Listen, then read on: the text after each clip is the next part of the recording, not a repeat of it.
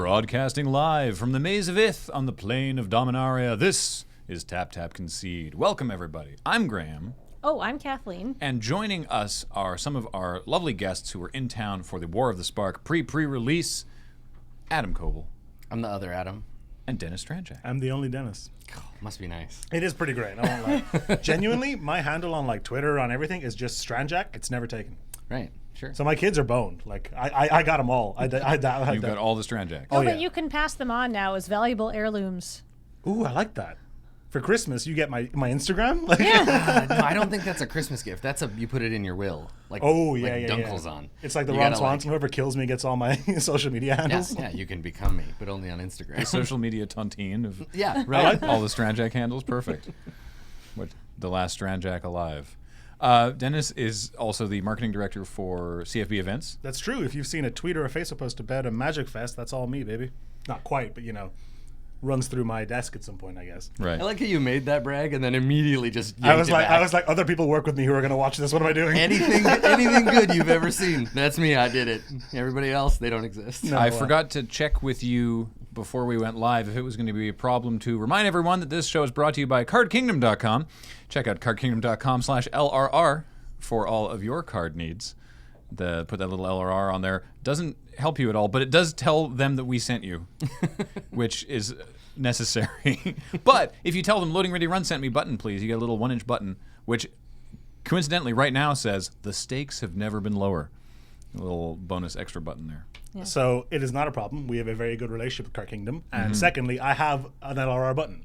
Aha. So I'm well and truly within the camp. You don't need to worry about that. Terrific. Yay. And Adam is the co-author of Tabletop RPG Dungeon World, and currently running a Ravnica D&D campaign on the D&D channel called by the name of Jace Beleren Must Die. I'm acting out my own personal vendettas by way of this role-playing game they allowed me to run. This is the role you've chosen to play. Yeah, that's right. Yeah, I'm very happy about it. It'll never happen. Like, this is the ongoing gag about the show. Is like every episode when we start it, the players are like, "This will be the one. This is it. This is episode number 9. We're gonna get them." And it's not gonna happen. It's Spoilers. I mean, the whole premise of the game, like when we advertised it originally, the promo art, the little commercial we did was like, 4 players will do the impossible, but probably not. Well, then you're living up to that promise. Yeah. That's fine then. Yeah. Exactly. Yep.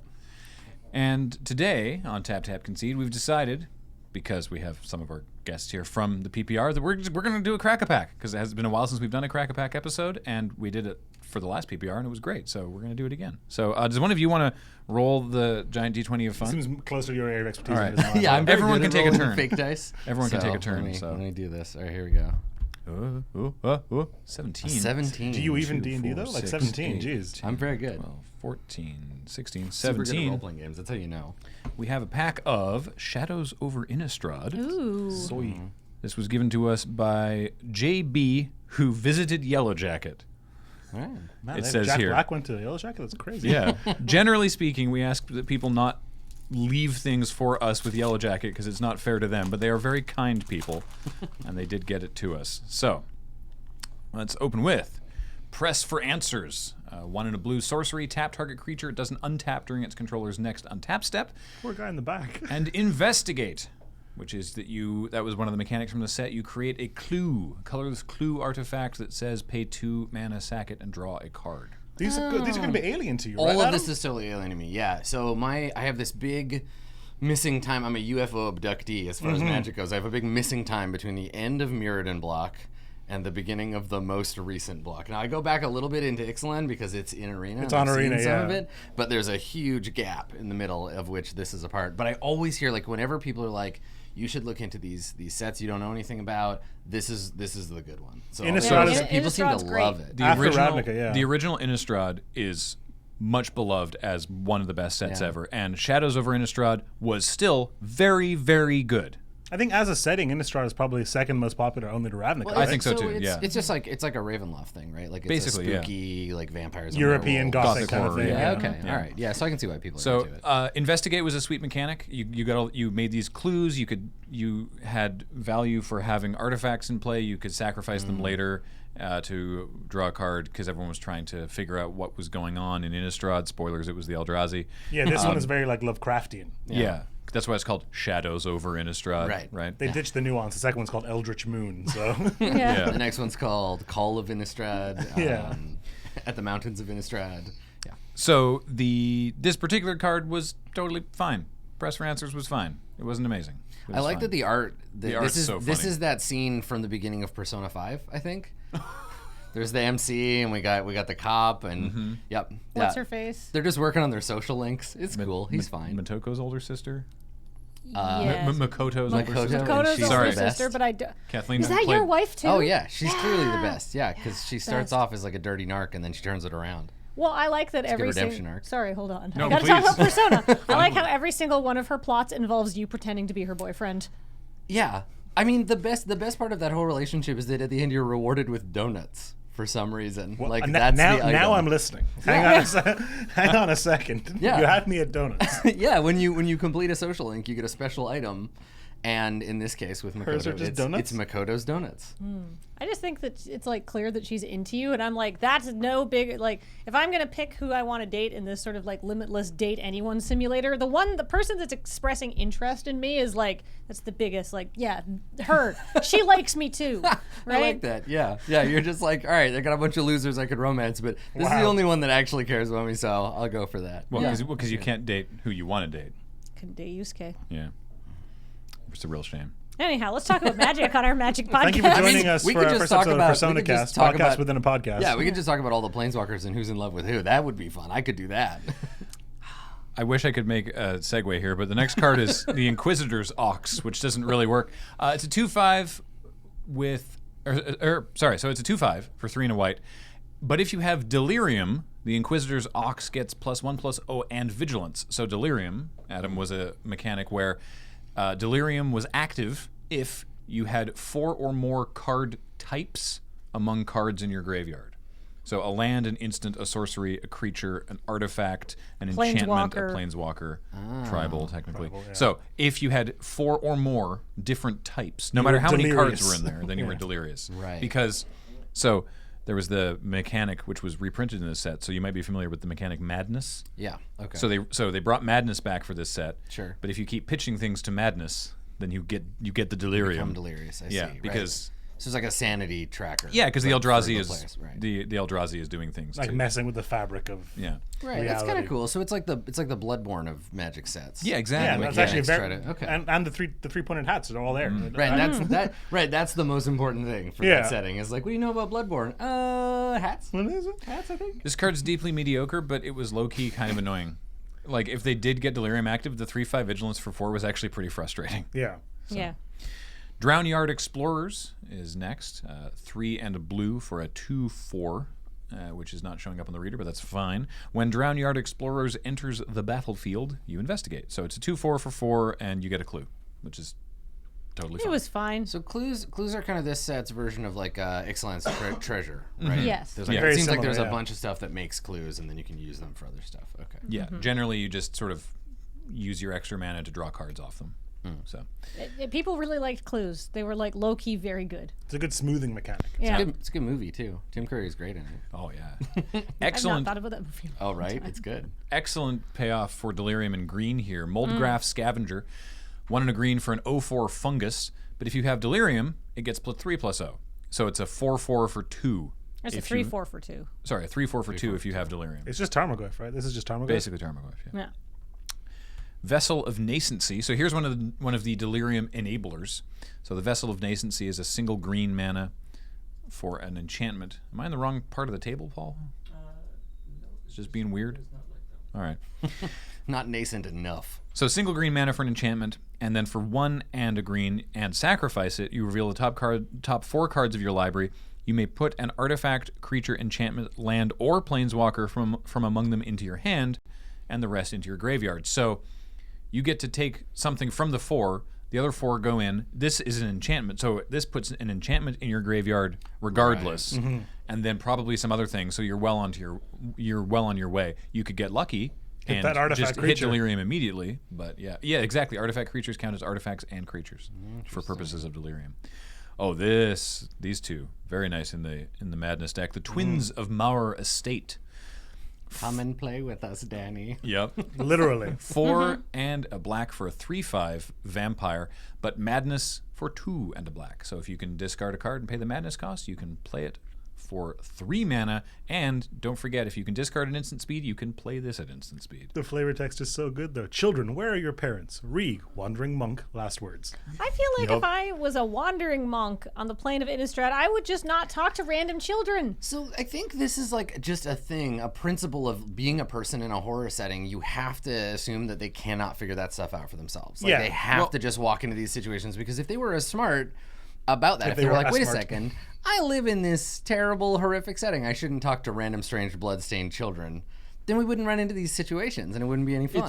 Well, I mean, the weird thing about the Innistrad being taken over by Eldritch Horrors I was gonna talk about that, yeah. aspect is that Innistrad was already taken over by Werewolves and vampires. werewolves, and, vampires, and stuff. So And other it wasn't. monsters. I feel like a lot of the like run of the mill people in Innistrad were just like, okay, that's just the next thing that's going to come and kill. Well, so Like there's it wasn't the- like a change in their environment. So there's the Bloodborne connection again, right? Yeah. Where on its surface, Bloodborne is a game about hunting vampires and werewolves and stuff. But then as you encounter the amygdala, that's where our Eldrazi connection is, where there's like a higher level of cosmic horror on top of your regular vampire BS. So that So totally makes sense. We joked about this when the set came out, that the Eldrazi had gone to Zendikar, which was sort of the like quasi D&D adventure world. Yeah. And everybody on Zendikar, like the merfolk and the elves, they were woefully unprepared for the Eldrazi, and they ravaged the plane. And then they got sent to Innistrad, where, you know, basically the way that we characterize it is like farmers are there, and there's a guy like sharpening his scythe, and then he sees some sort of like his dog transforms into some sort of Eldrazi horror, when that and he just sort of goes like, well, Mildred, get me my larger axe. Right? They seemed to handle it well, considering. They're kind of like, I like yeah. I like the attitude of some people who never cease to be surprised by that stuff. Like I was playing the remake of Resident Evil 2, and you're in like you're like 6 or 7 hours into the game, and like Leon shoots a zombie, and he's like, "What is going on?" I'm like, "You've seen like 15 of these things Yeah. over the course of the last 6 hours, and every single time he's like, "What's happening? What is that?" That's pretty much the two ends of that spectrum. You can Yeah. either have characters who have no idea what's going on, so that we can scream at them and be like, "It's a zombie. They're zombies. Like it's not Right. rabies." Or the other, where there's like a Deadpool style, like fourth wall breaking character who's like, "It's zombies." There's a jaded about it. Yeah, Yeah. they're like, that's clearly zombies. Next up, we have Structural Distortion. 3 and a red for a sorcery. Exile target artifact or land, and it deals 2 damage to that permanent's controller. So that's cool. That's Oh, like you were what talking a- about Planeswalkers. So why are the Eldrazi on Innistrad? Well, because Nahiri is from Zendikar. Zendikar, and Sorin sort of was entirely responsible for the Eldrazi ravaging Right. Zendikar, and so Nahiri basically was like, "Oh, all right, Sorin," and lured the Eldrazi lured Emrakul specifically to Innistrad as revenge. So this is her destroying Markov estate. Structural distortion sounds like what a real estate agent might call someone blowing up your house. There's a little bit of structural distortion. It has suffered 1 or 2 structural distortions in its time. I was Yeah. gonna say it sounds like a vegan punk band from the 80s. That's good too. like a SoCal punk band, Structural Distortion. Look at this burly boy. Stoic Builder. Ooh. 2 and a green for a 2/3. When it enters the battlefield, you may return target land from Oh, your it's the graveyard other to your Adam. hand. Savadan. I was like Adam Savage. Well, like this is like this. We have a picture of him like in the credits of Friday Nights. He's basically doing this pose. So this was useful to get stuff back out of your bin. The Drunau Corpse Trawler. I would never have remembered this card existed. Do you remember what this card does? Obviously, wait, I don't that's want to a like show off, so you can just show it, and then I'll talk about Is it. it I a have no blue idea. card? Yes. Is it? It's a Drunau Corpse Trawler. Yes. Creature type zombie. Yes. I'm gonna say. This is inferring. This isn't like there's no memory here. No, shush. It's the I don't know, Johnny it's Carson. it's bit like a where you put 1/4 magic or card in. something. No, it's a 1/1 for 3 and a blue. Yeah. ETB, you also get a 2/2 run zombie this card. token. And for 2 and a black, target zombie gains death touch until end of turn. Is he giving the zombie a reverse I piggyback? think they're Yes. stitched together. Possibly. Maybe. They probably no, are, there's yeah. it's a collector guy because there's Yeah. a bucket of hands over there. Oh, there is a Yeah. bucket of hands. You're Look right. at that harpoon. Also, a great He's punk picking up. band. He's Bucket picking up of hands. corpses. Yeah. I think she's picking up corpses. I think so. I think you're right. They're a ska band. bucket of hands. Yeah. Got a stone quarry. It's land enters tapped. Taps for red or white. So that's cool. Griff's Boon. Single white mana for a sweet. creature enchantment. The enchanted creature gets +1/+0 and flying. And for 3 and a white, you return Griff's Boon from the graveyard to the battlefield attached to target creature. You can only do that at sorcery speed. Adam, you seem distressed by the swan flying I was horse. is it a swan hippogriff? Yeah, it's called a griff. Swanagus. I don't like it. Apparently, they exist on Innistrad. They're called griffs, Gryff. Thanks, Svetlin Velinov, Yep. for nothing. I'm gonna have nightmares Wow. now. Terrifying, which I guess is the point. They're the good guys. Even Yeah, the nice pointy things boy. on No. Innistrad are unsettling, Yeah, though, scary. right? Look at that thing. Get away from me. A Give you a rare. nasty peck. A rare is From Under the Floorboards. Oh, this card's great. 3 black. Put 3 2/2 black zombie creature tokens onto the battlefield tapped, and you gain 3 life. You can also cast it for its madness cost of X black, and if you do that, instead you get X tokens and gain X life. Oh, that's pretty cool. Also, these guys, when you play this, you have to remind your opponent they'll never obtain the Necronomicon. yeah. That's why they us all. Do you, from original Innistrad, do you guys remember Zombie Apocalypse? There's a card called Zombie Apocalypse from original Yeah. Innistrad. We can pull it up. I think that is It's just great. it's make 13 zombies. Oh, yeah. And that's like a real 4:55 p.m. Oh no, army. Zombie Apocalypse is return all zombies What from am your I graveyard thinking to the of? battlefield. Army of the Damned. Yes, Army of the Damned, I believe. There is a card that is just make 13 2/2 zombies. Yeah, you'd think I'd remember Army of the Damned because we did do.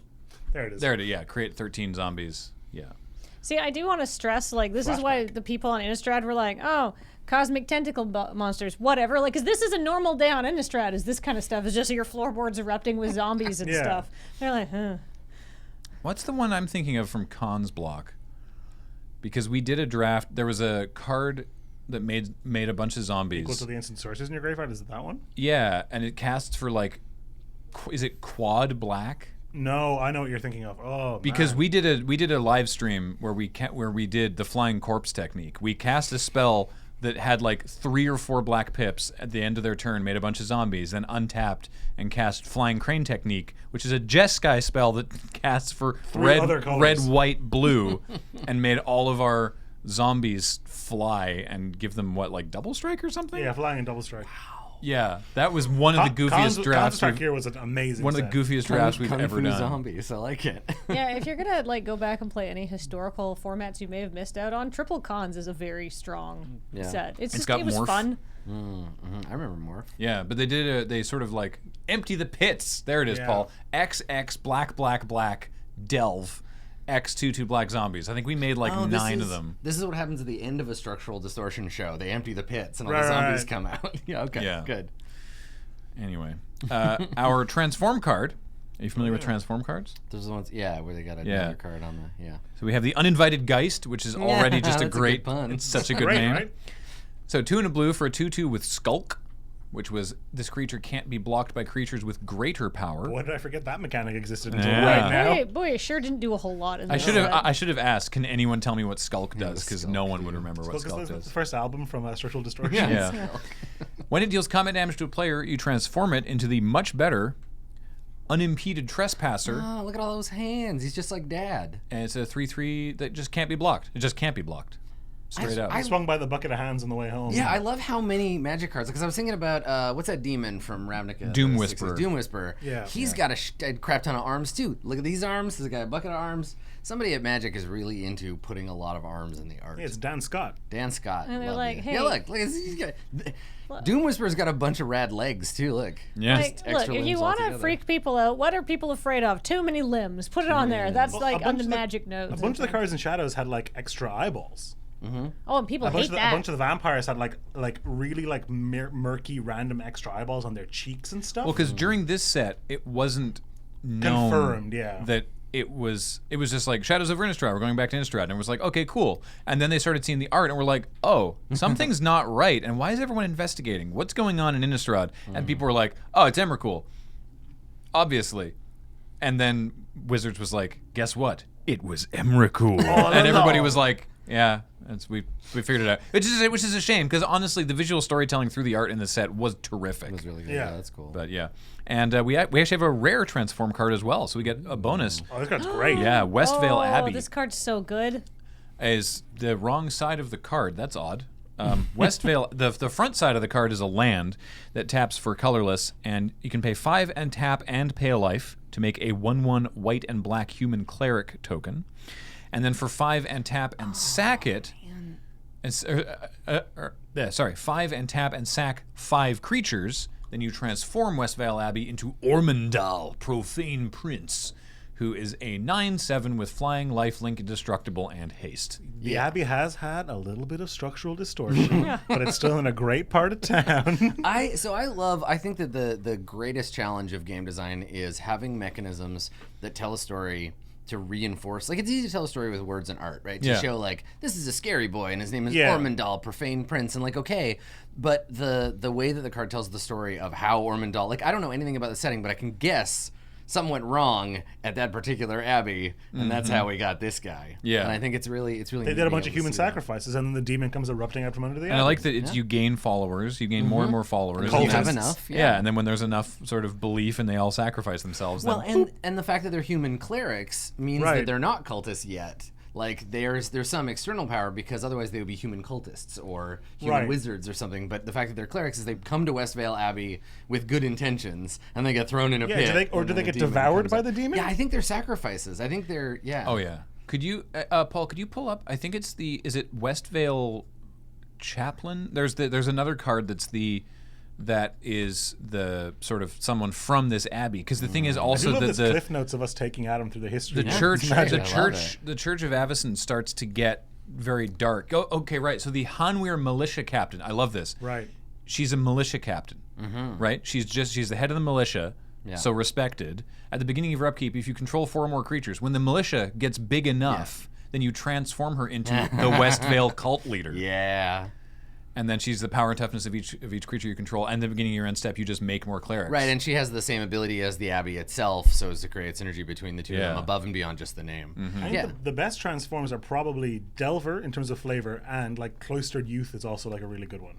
Oh yeah, Cloistered Youth is also a punk band name. I know, 100%. If Paul pulls up, I think you'll like Cloistered Youth. I think it's a really cool, like, little, like you're saying, the mechanics inform the story. Yeah. So it's like she's this like little girl who's having these like visions and talking in her sleep and stuff, and it's like a real Exorcist style thing. And then if you flip it over, she's just like totally possessed. Yeah, I love that stuff. Like, and you can see it happening across cards too. Like, it'll be like a creature and then a sorcery to tell the story, because those cards, sorceries and instants, are about momentum, right? A creature is about static, events, but a sorcery and instant is a happening, Yeah. and then you'll have another card after that shows the effects of the art in the sorcery. So Right. it could be like a character and then a spell with 2 characters fighting, and then the other character and then the results of that fight. Or Right, whatever. exactly. I love that stuff. Or like the that kind funeral of one of the characters. Yeah, that kind of design is so cool, because the set, you never know what order your players are going to encounter. It's these so things hard in. for the people over Wizards, because you have no idea who gets what cards and in what order exactly. Which is why shout-outs, I want to say the War of the Spark, the release cycle for the War of the Spark previews to really tell the story very slowly as the cards are being revealed was handled so well by Wizards. It was planned wonderfully in like that because there's cards in the set that happen at sort of all different points of the story.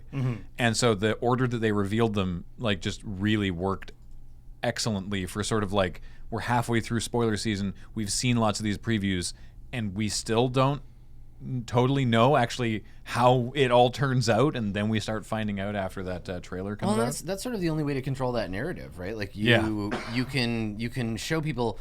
You never know. You're going to get spoilers in the first pack you open. You might get the end of the story. You might find out what happens in the first card that you get. Right. So it has to exist. The narrative has to exist outside of just opening packs, and so promotion is another way to do that, right? Is to like reveal these over time. I was actually just thinking, looking at this, that it's neat how much, stuff, even just like the little bit that we were in this one pack, the stuff that was seeded in Shadows of Innistrad, like the Nahiri and Soren fight. We have the thing there. This card talks about how Grizzlebrand has got roasted.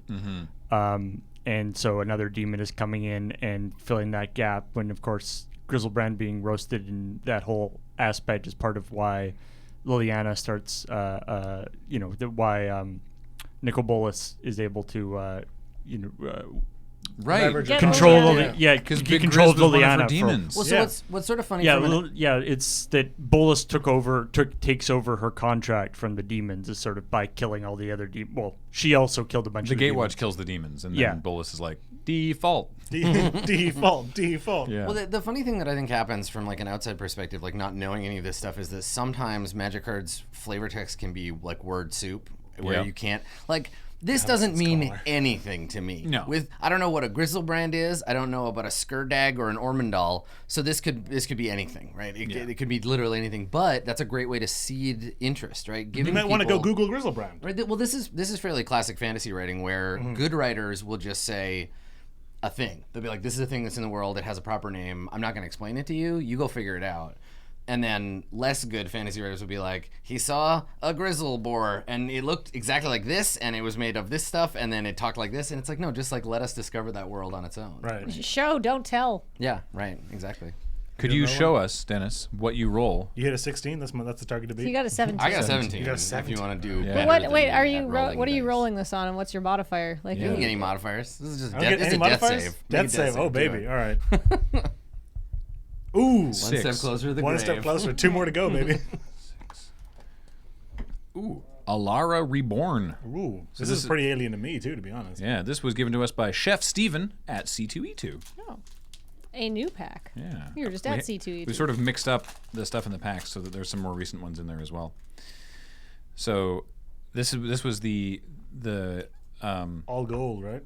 was that no Alara? Oh, was Reborn the one that's all gold? Yeah. So this set was all gold cards because so there was Shards of Alara, which was the 5 shards, which are 3 color pairings or 3 color groupings on the back of the Magic card. So you like can see. blue, white, and black is Esper. So this is where that came from. Yeah, Okay. this is why those names exist. Yeah. That's why Because they have it was names. very disorienting coming back to Magic and being like, "Oh, Adam's gonna play Grixis." I'm like, I don't know what that is, so What you no, call me? I'm Yeah. not. Yeah. I mean, even when I started the guilds, I didn't know the names of those either. So I was course, just yeah. like, "What are these names? That's blue. This is blue, and that's white, and I'm playing them together. What are you saying? I don't know what an Azorius is."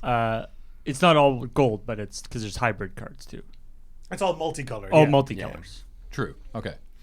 And so there was Shards of Alara, and then there was the Conflux, where a big thing happened, and then this is Alara Reborn, where everything is sort of mixing I'm together. pretty sure I got the Conflux at PAX. So yeah, it's happened to me a couple times. So first up, Leonin Armor Guard, 2 Is that his last name or is it his job? What do you think? Ermagerd, Leonin. Mr. Armagard. Leonin Ermagerd. Mr. Ermagerd. Is there a 2 Mrs. Ermagerd? 2 green white for a 3/3 cat soldier. When it comes into play, creatures you control get +1/+1 until end of turn. Based on this art, I think there might be a Mr. Ermagerd. I think he's fixing his armor, but that's okay. They could be friends. That could be work. Yeah, you know. I like that pose he's doing, like he's flexing in his armor. This effect has shown up a lot, even recently. Even in Ravnica Allegiance, there was an elephant that did basically the same thing. It was also a 3/3 for 4, but it was mono Right. white.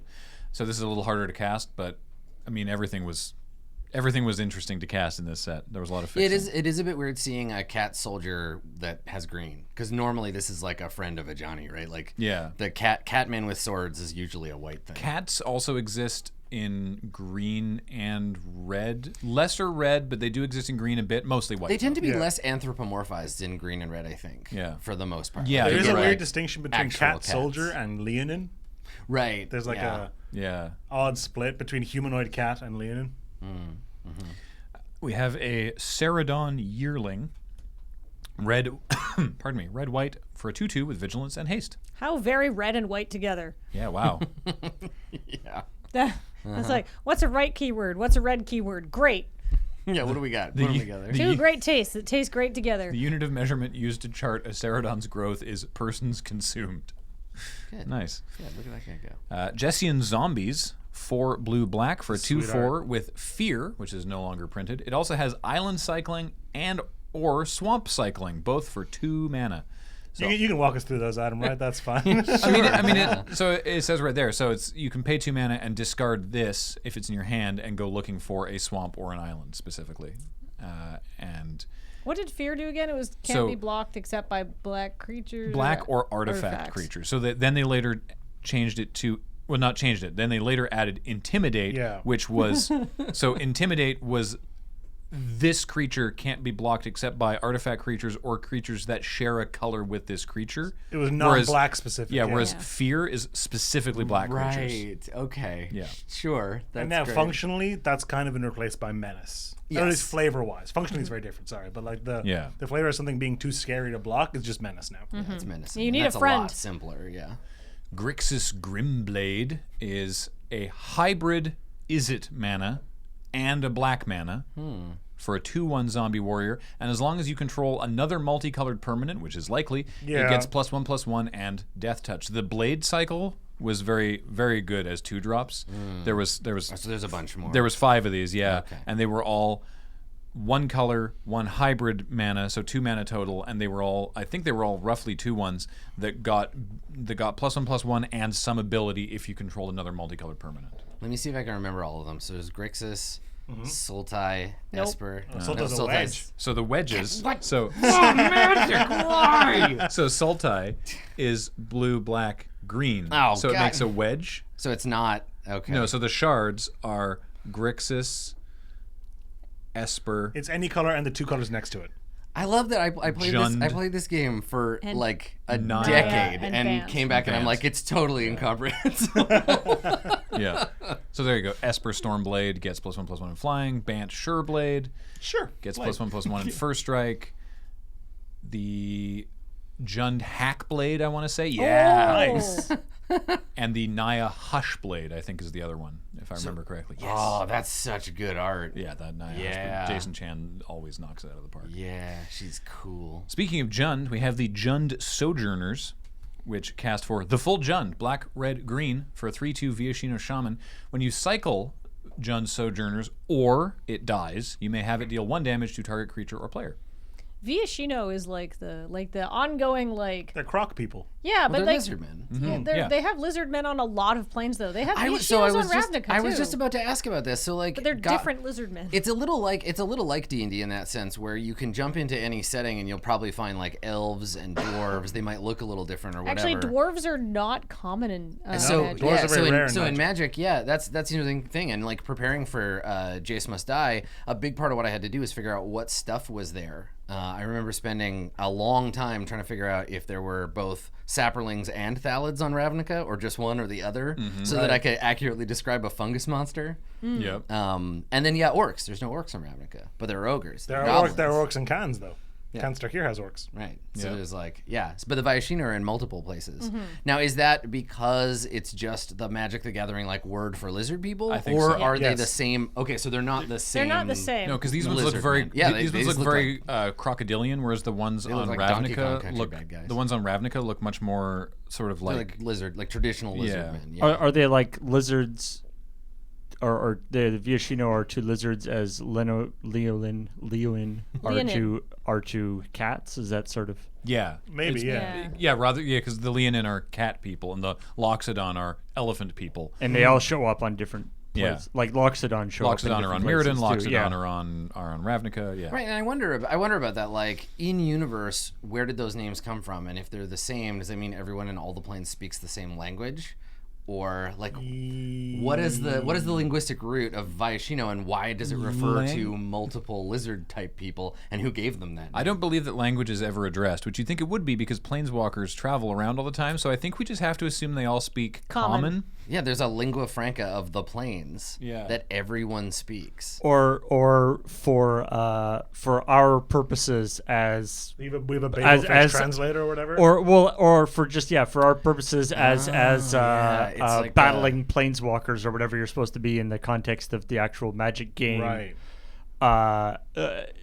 How you understand this creature that you're summoning is like, it's basically a Loxodon, okay? Yeah, right. Maybe Like- it doesn't call itself a Loxodon, but you intro get it. to- The intro to the Neil Stephenson novel Anathem talks about this a little bit, where he says, this is a book that's set in a place that's like Earth, but it's not Earth. And when I say dog or carrot, don't think that I mean a dog from Earth, but it's enough like a dog that there's no point in calling it a glorthon, so that I have to then explain what a glorthon is. If I say dog, you can envision it. It's dog-like enough for our purposes. So maybe Vaishino is just a stand-in word for all lizard people, or maybe there's some purpose to it. Does becoming a planeswalker teach you magic planeswalker language in that case? Because like when Sigil travels somewhere else, she shouldn't be able to talk to anybody. I would hope so. Yeah, I think that it must. That's part of your spark unlocking is just the Babel fish, like latching onto your brain. Maybe. I wish Mark were still here. It would have helpful. There are also Vidalcan on Alara. And all the Vidalcan are slightly different. Those Sometimes the Vidalcan have 6 fingers, sometimes they have 5. Yeah. on Ravnica they have 6 fingers. On Mirrodin they have 4 arms. Yes. Yep. On Alara they're partly metal, but not this one because it died once. This is the Vidalcan Ghoul.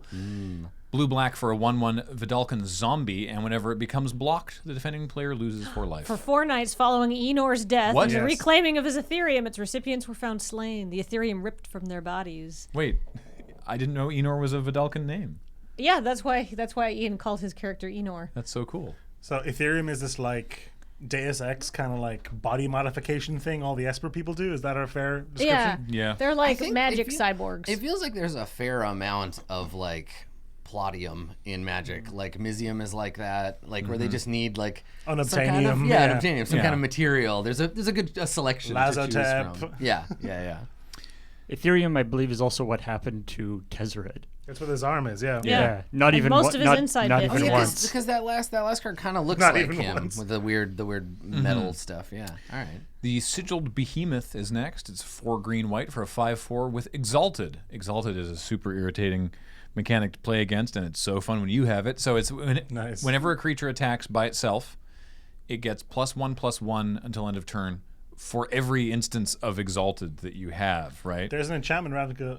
So if you have 3 creatures and they all have Exalted, Oh, so they all exalt whoever is attacking. yeah. So if you have 3 creatures and they all have Exalted, and you attack with just one of those creatures, then it gets +3/+3 because of 3 different instances of things giving it +1/+1. Right, so the mechanism should be called exalting because the exalted is the person doing the attacking, and everyone else is like, "Yay, you can do it!" Right. and giving them the Yeah. plus. Then there's Okay. Sublime Archangel is a card that gives all of your creatures exalted, which is a nightmare. Yeah, I could see You that. can have double exalted on one creature. That seems to be like an angel thing too, like because there's some Ravnica block angels that give like benefits for being the only attacker. Yep. They're like, There's enchantment You're that does it great. too." Do it alone. Do it alone. If you do attack with a board full of folks, you could try a Violent Outburst. It's 1 red-green for creatures you control get +1/+0 until end of turn. don't know But what it these also has Cascade, which is broken. So when you play this spell, you remove cards from the top of your library. You exile cards from the top of your library until you remove a non-land card that costs less than this, and then you can just play it for free, and you put all the other cards back on the bottom in a random order. So in a set like this, it's a really good way to, say, cheat out cards that you don't have the mana for yet. And then if that card has Cascade, You can chain it. This is a really good way to kill yourself in Momer's Madness. Yes. Well, because it just all come back. you exile everything, you don't find anything, and then it all goes back on the bottom of your deck. So you won't, right? Because you don't draw. No, you're in not between drawing your anything, drawing, yeah. you're just getting your. You're looking, yeah. Clever. The That's kinda Grixis Sojourners are next. 1 blue, black, red for a 4/3 zombie ogre. When you cycle them or they die, you may exile target card in a graveyard from the game. I can't be the only person that when I see cycling on a card, I just imagine everyone in the art riding a bicycle. That's pretty great, actually. Intimidation Bolt, 1 red, white for an instant that deals 3 damage to target creature, and other creatures can't attack this turn. it's doing a lot more than intimidating that guy. I guess it's Well, intimidating the his one followers, right. dies, and everyone else goes, "Oh, maybe we shouldn't." Yeah. What about an Illusory Demon? 1 blue, black for a 4/3 with flying, but whenever you play a spell, you sacrifice it. You got to focus real hard to keep the demon conjured. Uh-huh. Yeah, it's a concentration spell. Yeah, right. Sigil Captain is a rhino friend. 1 Look green, at that absolute unit. Yeah, Right? 1 green, white for a 3/3. Whenever a creature comes into play under your control, if that creature is 1/1, you put 2 +1/+1 counters on it. If that creature is 1/1, doesn't sound right. Yeah, it should be Yeah. A11. They wouldn't print a card like Well, this now it would say anyway. has power and toughness 1 or something. Yeah. Base power and toughness, something like that. Yeah. I like the 1 sigil awarded for valor, the other for surviving Hellkite's Pass. This is a well adorned. Well decorated. Decorated. Thank you. That's the word I was looking for. Then I got a. Oh, here we go. Yeah. Every single card in Alara Reborn is multicolored. That's right. Every single card. If you enjoy raw power, never before seen effects, or the creative meshing of 2 or more different colors, you'll find each Alara Reborn booster to be a treasure trove of gold bordered goodies. The card reader isn't going to get the ad card, no? Got a mountain. And we have. Oh, look at this. We have a foil Ooh, fancy. of Vithian Renegades, which is 1 red-green for a 3/2 human shaman. When it comes into play, destroy target artifact. Strong. Very good because you can get rid of people's border posts, which are used for fixing. But our rare is Crispicula. it is Crispicula, though not Anymore, he doesn't look like this, but yes, this is Meddling Mage. So it's white and blue for a 2/2 human wizard. As it comes into play, name a non-land card, and the named card cannot be played. Do you know about the invitational cards, Adam? No. So you used to win a term. You used to win invitationals, Sure. and the This prize. was some years ago. the prize is you got to design a card. Okay, and then so Solemn Simulacrum is one of those. Yep. Yeah. Okay, Correct. And, So uh, yes. And then they would draw the card in your likeness. Now, Yes. this art's since been updated, but like John Finkel is Shadow Mage Infiltrator, Crispicula. There's Meddling Mage and there's Crispicula. It's all the ones that look like all the ones that look weirdly like real people. Really, yeah. Yeah. That's because I remember when all that happened with Solemn Simulacrum and it came out, and I remember looking at it and being like, this is just a dude. This is just like a regular dude and not a fantasy character. That's Yeah. the last one, right? Snapcaster Yeah. Mage was the last one, yeah. Yeah. Interesting. I think we have time for one more. Oh, I get to roll the dice Yeah, now? do it. Go for it. How exciting. All right, I've got a plus 2 to charisma.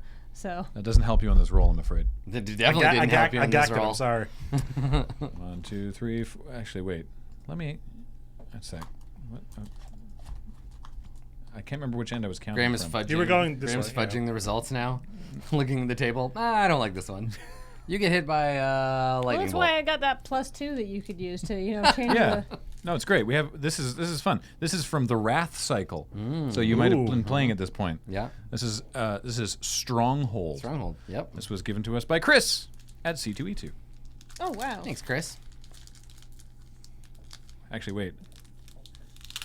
This one has flavor text. Oh yes. Gerard and the other heroes of the Weatherlight penetrate Volrath's stronghold on the twisted plane of Wrath. Stronghold features fascinating new creatures and a sensational array of cards designed to bring the new power to your game. The legacy continues.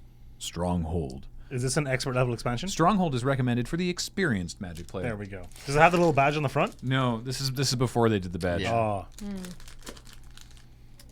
Back when the Weatherlight could cross planes. Now Tim? it's just a ship. Let me just see how does this. it's a dumb old boat. The trivia on this set is Stronghold was the last set in which multicolored cards appeared until until Invasion, which is in 2000. So they went for 2 years without any multicolored cards. Oh. Wow. And apparently it was known for having actually tournament playable walls. Does it say how the packs are organized? Because there's no rarity There's no rarity indicator. on these weird old cards. I want to say it looks like it goes uncommons, rare, commons, but I can't tell.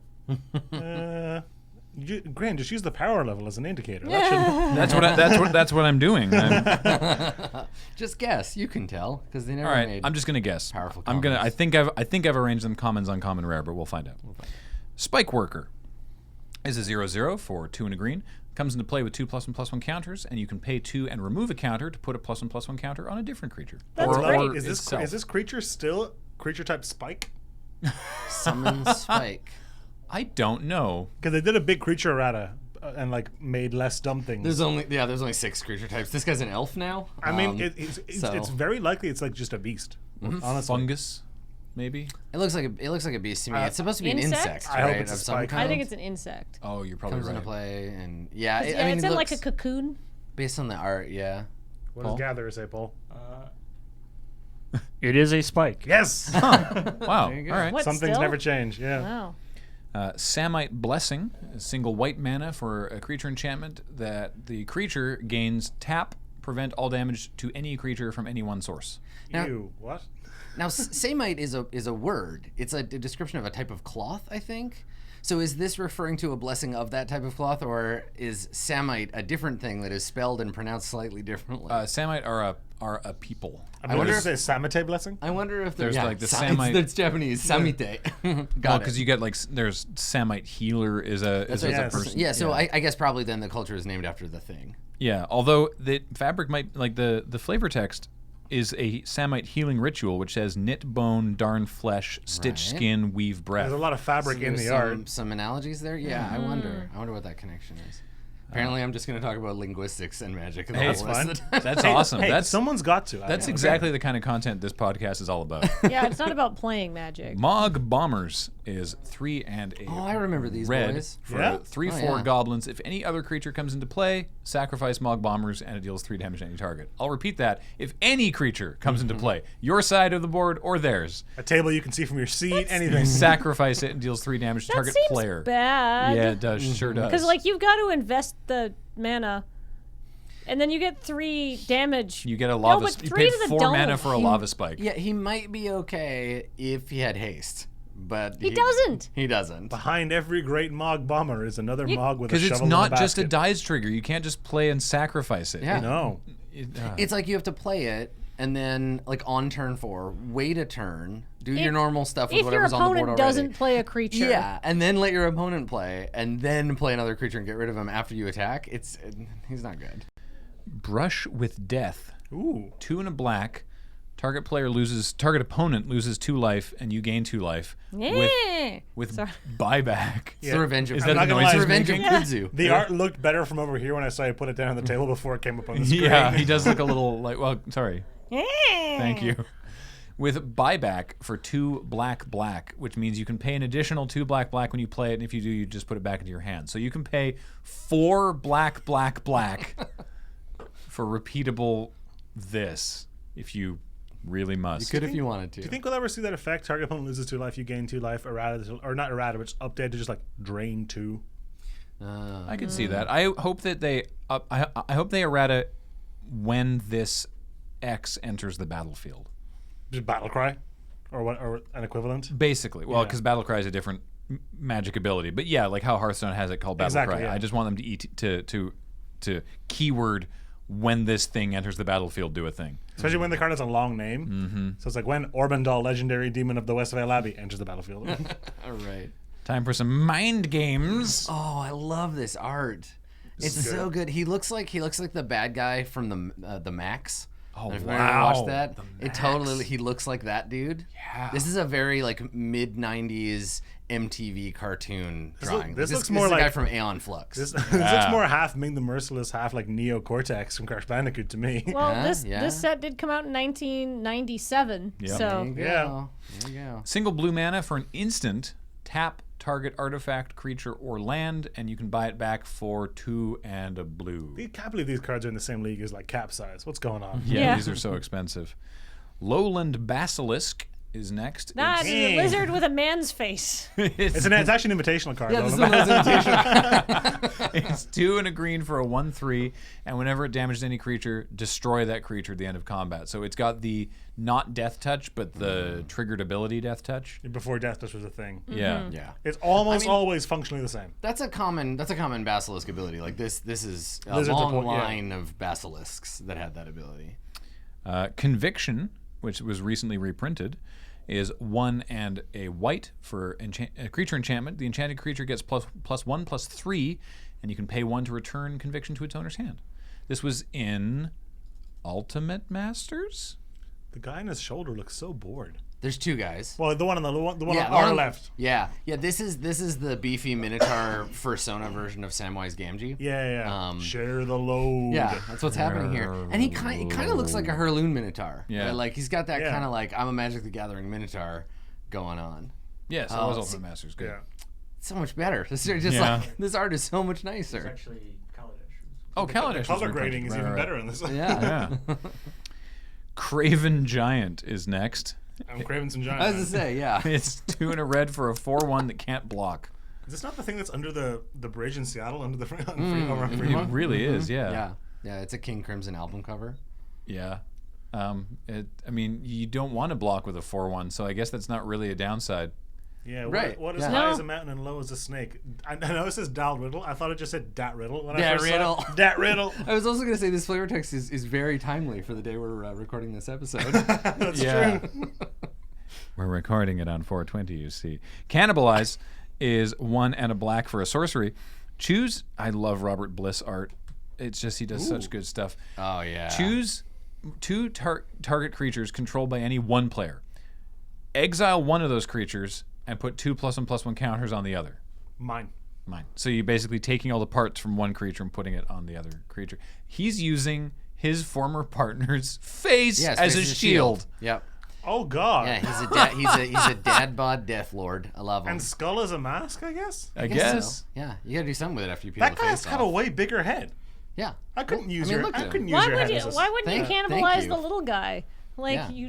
clearly they destroyed a much bigger creature. Because the big guy couldn't wear the little guy's bones as Like as it's armor. hard. Like I feel like Kathleen might be able to wear my head as a mask if she wanted to, but like Oh. any other orientation at the table doesn't work. I don't think. Dennis, don't make me offers you can't That's keep. right. I don't write checks if I can't cash. Yeah. Fitting another human's skull over your own skull is very difficult unless Yeah. you have a very small skull. and I mean, very I have big a skull. small head. I have a but- giant head. It's not like the differential's not enough. There's no like. I think- you could wear it I on think- top of your head, but you couldn't get it all the way down over your What head. if we Let's did make a sophist- papier-mâché casts of our faces and see yeah. if they fit inside each other. Yeah, let's. Or like kill me, I guess, is the more direct one. But I would rather at least try the papier-mâché style Welcome to first. Skull I Helmet feel like just Cavalcade. like the paper mache is going to require a lot less forward planning. So let's Yeah. let's They're go about with that they're one. about equally messy though. Yeah. I think it probably takes longer to make someone's head into a wearable helmet than it is to make a fake version. We're not of their factoring skull. in the time it takes to beat me to death either. So that's Yeah, not I'm- nothing. I mean, I don't think it's going to be that long. Wow. Okay. So if get a you lot of see weird props around me here. and Dennis at like say Magic Fest Seattle or something Yes. like that, and you know how to use paper mache, we'll make ourselves available to you. If you bring papier-mâché to Magic Fest Seattle, I will give you free entry to the event. And if you make, I'd call it right now. That's fine. It's got to be like a first come first serve thing, right? Yeah. Well, I mean, how many? Am I gonna tank the company? Because like 5,000 people show up with papier-mâché. You know, it's a shame. It's a shame that Sydney went home already because of all of us, she's the only one I know that knows how to strip flesh from bone. So, well, I'll reconnect with her. We'll see that other approach. Slightly explanatory sidebar. Tappy Tokla, Sydney, spent a large percentage of her time here explaining to us how she like skins deer and would like go on Craigslist and be like find roadkill to eat. She's a crazy person. She's fantastic and I love her, but I'm a little afraid. That's fair. That's a fair response. I just briefly before we move away from Cannibalize, Paul, could you pull up the art for pacifism that they constantly reprint because it's so Yeah. wonderful? This is my favorite pacifism art, and they've reprinted it quite recently. Yeah. And it's just because it's so good. It's Oh, for I the first recognize- time in his life. what expansion Grack is felt a this little. from? This was A from million. Mirage. Yeah, but that Mirage. That's Yeah. that's the one. Yeah, but like, this is just such good art for Yeah. a Magic card this old. For the first time in his life, Grack felt a little warm and fuzzy. In it as inside. recently as like M14 or something. Oh yeah, Like, it's quite recent. Yeah. It's pretty the good. classic. Contempt is next. 1 in a blue for a creature enchantment. If enchanted creature attacks, return it to its owner's hand at the end of combat. So after it's dealt damage. That's not good. This card is terrible. This is like Volrath is like, all right, Stark, you and me, we're going toe to toe outside in the apparently ice hall of yeah, mirrors. this is the This is like a the this is like a- millisecond after Volrath deployed a wicked backhand. It is. Yeah, you can see the slap, and there's like Oh a my God, it cloud is, of yeah. blood behind him, and it looks like this illustration, like this would not be out of place in like an early '90s X-Men comic. Like it has that very kind of like slightly pre Rob Liefeld look to it. It's also like mean, his noticeably feet are like there's a pretty pointy, butt like, I don't in know. shot. Like we can see the side of his head. Like he's turned in a very uncomfortable way, so we can see his face and his butt at the same time, which is That nothing. is entirely covered by like armor though. It's so weird. But like the still just to have the butt there is very I like could see this 90s in comics. an edition of Heavy Metal. Oh yeah. It's definitely and not like cover artist heavy metal, though. No. Like one of the smaller like stories in a heavy metal magazine. Yeah, from this time period. Absolutely. Heavy Metal this week featuring Spined Worm. It's 4 and a green for a 5/4. Yep. It That's sure it. is. Yeah. It's a lot of flavor text. As it moved, the worm's spines gathered up bits of flowstone, which took the shapes of dead villagers' heads. That's Why improbable. did they do that? That's very Each improbable. head spoke a single sound, but if taken together, they said, "Alas for the living." I love magic. That's real dumb. Well, no, but what's there's discord here between the clear understanding of what this thing should look like in the flavor text, and then these just covered in spikes. Where are the heads? Well, Where are the single this was heads? I was talking about before we started recording. That back in the day, I was talking to Mark Poole about the art for Indestructible Aura, if Paul, if you can pull that up, which if you haven't seen is like the greatest card art of all time. I mean, excuse me, Animate Wall begs to differ. This is close. Indestructible Aura, you'll notice, is not an aura and does not grant indestructible. Okay. But just heads up. So this is Indestructible Aura. Yeah.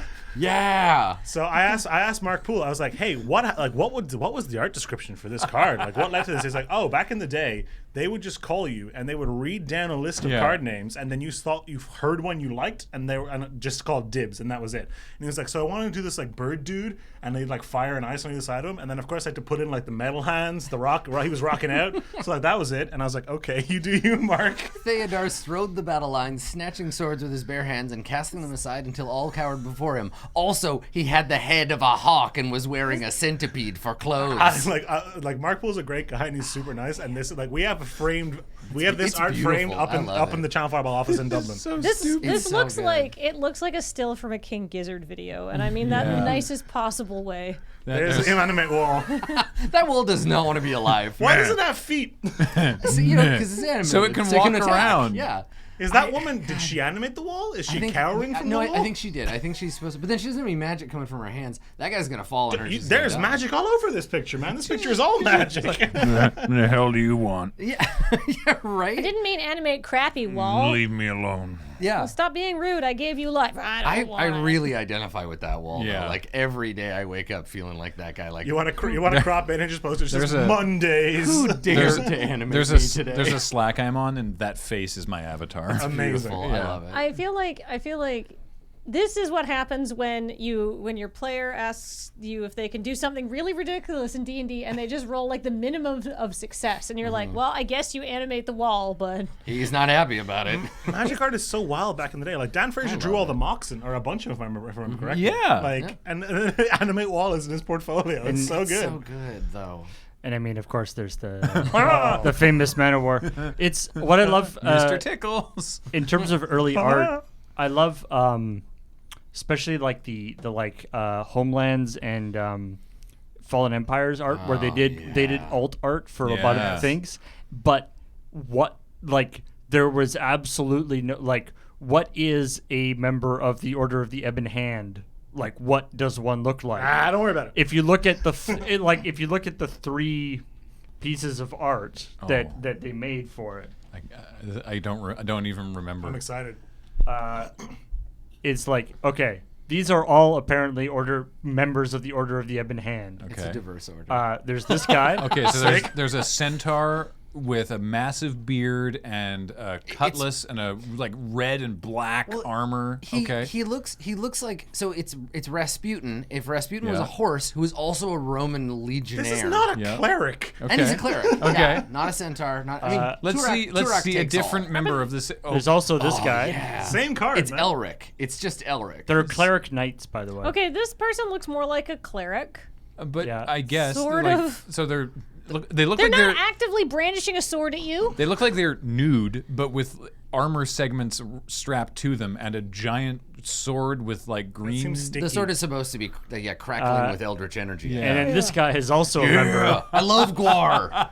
Hell yeah! Then Look at this guy. The third person looks like Vector Man with a circular saw for his shield. Yeah, and a machete. Yeah. I am gonna spray paint this guy on the side of cleaver, my I guess. van right now. I feel like he's holding both the sword and shield and his armor in the only possible way that it can be held without hurting yourself. He's one of those technically movable action Yeah, figures. well, no, Yeah, what I all love of about that this, blood what I love on about this his pose- sword, Yeah, this is that's not a his. combat pose. This is like a kickline pose. Like he's dancing, not fighting. There's no enemies to fight in this scene. He's just about to do a really good high kick. Yeah, the Can we Ebon- round out amazing Ebon art with Ebon Praetor, Paul? The greatest magic art of all time. You seen Ebon Praetor? I miss Fallen Empires. No. Ebon Praetor? I think it's Ebon Praetor. Sure, I'll recognize it if I see it. You will. Paul's like, what is going on?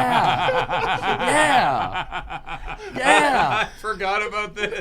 What is going on? So This is I like think- Mad Magazine. this is supposed to be a reference to that that art of hell. What is that? There's like a very famous Bosch? Dante? medieval Bosch? It's, I Bosch? think it's that Bosch one with the like Hieronymus rabbit demon Bosch, eating yeah. people and Yeah, stuff. yeah. I think this is supposed to be a reference to that. Like this screams to me like this is a scene from hell. This is like a hell priest. And apparently in hell, a demon, a bunny, and a blue guy are allowed to get married. So congratulations. By a plague doctor. By a plague doctor. Yeah, congratulations. Dr. Horseface. Randy Asplin Faith, I did not think had a long and prolific career in magic art. That seems like a fun reception. I don't It's know. pretty I for good. one, welcome our pansexual demonic overlords. Right? Yeah. Yeah, this guy is this is the avatar of the order we were just looking at, which I think scans pretty well now that we looked at it. Right. So obviously, what we can derive from this is the Order of the Ebon Hand really appreciates diversity in all of its forms. Whether you're Which is forward thinking for whether 20 years ago. you're hugging a sword, or you're a guy from Guar, or you're whatever the hell was happening in that first card art, you can get married in hell. Yeah. So thank goodness. Good. You can get married in hell has a little like a little sting in it. I don't know. It kind of does. I mean, these are still black cards. This is still a bad Sure. person who wants to turn you into a thrall. So it's fine. It's fine. All right, we've got 4 cards left in this pack before we just keep talking about art. Sorry, there's this guy. Yeah. Hey. Jafar. This is Jafar. Oh, I recognize this guy. Huh. Yep. We're looking at the Ebon Blade Reaper, by the way, who, definitely Ming the Merciless going on Yeah, there, if but you- with a sickle for some By the way, reason. if you're listening to this podcast, Yeah, I'm sorry. as many people do, please look up these cards. The art's Yeah. great. Yes. Yeah, this one might be better considered. I on did my YouTube. best to describe them. I could not begin to describe Ebon Praetor. The Ebon Hand's Initiates got of it the going Ebon on. Hand is pretty good. Yeah. This That's is like just like- Cher with some swords. I was gonna say that this is like definitely like a solo album for a vocalist from a '70s rock band. yeah. Although it's also this. Yeah. Okay, so the alternate art for this, so it was literally like a Cher like fluttery nice thing with two 1970s. yeah, chic kind of thing. Now it's just some goblins in cloaks who are either sad or angry or laughing. Who knows? All of the above. And then there's also this guy. Oh, and then, right, the guy with the eye in his chest. How, That makes sense. if you're gonna have alternate art, I think you have to have some kind of semblance of like, No. or no. I guess this is a Evidently yeah. not. Yeah. All right. Anyway. Our next card is Temper, which is a normal-looking picture of Gerard. He's just standing there. Temper is cast for X, 1, and a white for an instant to prevent up to X damage to target creature, and for each 1 damage prevented this way, you also put a +1/+1 counter on that creature. That seems very strong. That seems like commander playable. There must have been a big fight between red and white to see which one got the card Temper. I was gonna say. So what's interesting about this is that the name is temper, which is a word that means both like to ameliorate and to be angry. Yeah. And I think the mechanics do both, right? Where Yeah. it's like you are tempering the cost of damage being dealt, and then you are making something. You're Enraged, enraging yeah. a creature. Yeah. Yeah. So I think this is actually really thematically strong. Flame Wave is next. It casts for 3 red, red, red, red for a The reds- sorcery. the reds it start deals coming and they don't stop 4 coming. damage to target player and each creature they control. Yeah. That also seems good. Yeah. That's cool. I like Hear that. That's the very roaring cool. of a wave whose waters are red and whose mists are black. That's just sweet. Yeah. And all those dudes died. Yeah. And then It looks like a wave at sunset or something. You can imagine like a really sweet like surfer photo. I was gonna say, yeah, this is definitely like a surf photo with no surfers in it. so we were looking at the first card out of this pack, the Spike Worker, and we were like, oh, it looks kind of like an insect, but what is it? It's a spike. Okay, turns out a spike is a thing, and we have a much better idea of what it looks like, and I never want to meet one. We have the Spike Soldier. That's a spike. That's a I know spike. less now. I don't like it. It's They're- got Is there an alternate art of this, Paul, where it's like a seahorse or something? So by any the chance? spike, the spike soldier to me kind of looks like, I think it's meant to be not that big, right? Because it's in grass. It's sitting in like a Yeah, grassy look, thing. the So grass looks kind of like a canyon, which is misleading. I it think. doesn't strike me as being all that big, but it kind of reminds me of those from Wrath of Khan, the bugs that get put in their ears. Like it's yeah. a weird it's kind bigger, of bigger than that though. slimy earwig. Yeah, much It's like bigger the than thing that it's a goes dog into Neo's size. belly button in the Yeah, Matrix. Yes, it's got yeah. 6 eyes, 2 giant spiky horn mandibles, and 2 different horns that look the same on its head. And then it's sort of like a big old slug body, but also it's got horns and what look like some sort Forceps of or something. like a whole series of cloacas. I don't know what those are. They're little weird round pustules on its back. It's like a that. that's Ugh. even less pleasant. We're looking That's at that's Spike the spike Breeder now. breeder. right, hence how it's big and gross. There's another spike coming. Oh, they're like birthing tubes. Whoa. Those pustules on its back. Good. Thank Well, you. that implies that a spike gives a live birth, whereas most insects just lay eggs and Oh, stuff these are like not that. insects. But these there's are but there's that the spike worker is like a cocoon builder. So there's some kind of metamorphosis between the goopy form there and then whatever comes after. I bet that process smells awful. You're probably right. Spike Soldier is 2 green for a 0/0 because they all are 0/0s, and this one comes into play with 3 +1/+1 counters. So it's three power for 2 green, 2 and remove a counter to put a counter on another creature. So it's the same sort of thing. They all have that ability. This one also, you can just remove a counter from Spike Soldier for free to give Spike Soldier +2/+2 until end of turn. Is that it squirting something at you? So I don't want to think about it. So it's like a temporary buff. Interesting. So, yeah, they were almost like Thalids, but they would use +1/+1, like they'd sort of pass +1/+1 counters around. Yeah. Yeah. Gross. So the idea is this guy comes in as a 3/3 and then becomes a 4/4 and then drops to a 2/2. Yeah, it goes. There were like a bunch of these guys around. Ugh. Oh, look, that one's just like firing tinier spikes The out of spike itself. drone we're looking at now. Well, at That's least from they were Tempest. consistent in what A spike looks what a like. spike was. They blew all their consistency on the spikes. Yeah. Yeah, it looks like. And finally, I believe this is our rare, I'm inferring, is Volrath's Laboratory. It's 5 mana for an artifact. When you play it, choose a color and a creature type. Pay 5 and tap. Put a token creature into play that is a 2/2 of that color and creature type. That seems pretty sweet, So you just actually. Yeah. make whatever things. You can be like, you can make spikes. Yeah, you could just be like, I make a 2/2 green spike, or you could say a 2/2 blue spike. You can make it any color you want. It doesn't have to be consistent. That's kind of hype. I like this. Yeah. Yeah. That's, This also seems good in Commander for like any tribal deck. You just crap out whatever you want. yeah, exactly. Who cares about what creature type entering? Doesn't matter. Yeah. Yeah. This actually seems great. Like, that yeah, the it's rare? expensive, but Yes. Aha. Nice job. It's unusual that this is illustrated by Brahm, who has like a very signature style. Like if you're a D&D fan, Brahm's art was the inspiration for Dark Sun. And just saying those two words together immediately calls to mind some very specific stuff. But for a Brahm piece, this doesn't, like, I would never have guessed that Brahm did this because it's so, there's not much going on. Like it's just like a person laying on a table. What this actually looks like is that he did not know, and they wouldn't, he didn't get enough information about what this was supposed to be doing, and so he was like, okay, I guess I'll cover most of the foreground with like Machinery? some big Yeah. machinery, and that mostly hides the thing that I'm supposed to know what it looks like. It kind of reads as a crop of a bigger work too. Like I can imagine that there's more to this, but they just chose this They square. have done that before, yeah. They just used this part. Actually kind of interesting. The token has the same name as the creature type. So it is just spike. Or whatever, yeah. And the token doesn't, obviously, the token doesn't get any built-in abilities. Right. So choosing creature type bird does not give it flying. Right. This is my elf. Their name is Elf. This is my other elf, also named Elf. This one's blue. My son's name is also Bort. Yeah. Well, that was super fun. That was a delightful time opening up these packs. I really, I had a great time with this. Thank you so much, Dennis and Adam, for joining us. Thank you for having us. This Happy to derail. wander Yeah, down. No, right. that was great. That's exactly what this. That's exactly what the casual Crack-a-Pack. magic. Yeah. The Crack-a-Pack episodes were originally to like try and drill through the backlog of Crack-a-Packs, and now it's just like, no, let's just have fun and talk about whatever. So. Anyway, thank you also all for joining us. As a reminder, the show is brought to you by Card Kingdom. Check out cardkingdom.com/LRR. We recommend them because we use them. We think they're great. Their customer service is awesome, and their shipping is super fast.